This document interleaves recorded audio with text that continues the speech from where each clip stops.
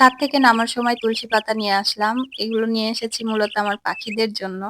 আর চলেন দেখাই ওরা কি আনন্দ হয় এই যে পাতা পেলে। যাই হোক কালকে কিছু নিম পাতা দিয়ে রেখেছিলাম। আজকে আমি তুলসী পাতা দিচ্ছি। এই যে দেখেন আমি ওদেরকে একটু লোভ দেখানোর চেষ্টা করছি। এমন হয় যে আমি যখন ওদের জন্য পাতা নিয়ে আসি মানে পাতার সেন্টেই মনে হয় যে ওরা ভেতর থেকেই এমন করে যে আমি খাবো, কখন দিবে আমাকে খাবো এরকম একটা করে।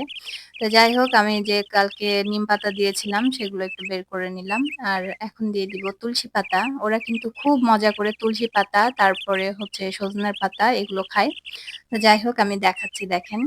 আর এই তো খাঁচাটা কালকে পরিষ্কার করেছিলাম আবার ময়লা করে ফেলেছে।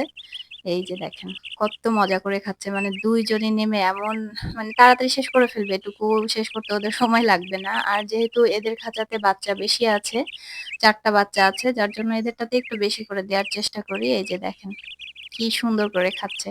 এত মজা করে খায় ওরা এটা দেখতেই আমার ভালো লাগে। মাশাআল্লাহ, আলহামদুলিল্লাহ।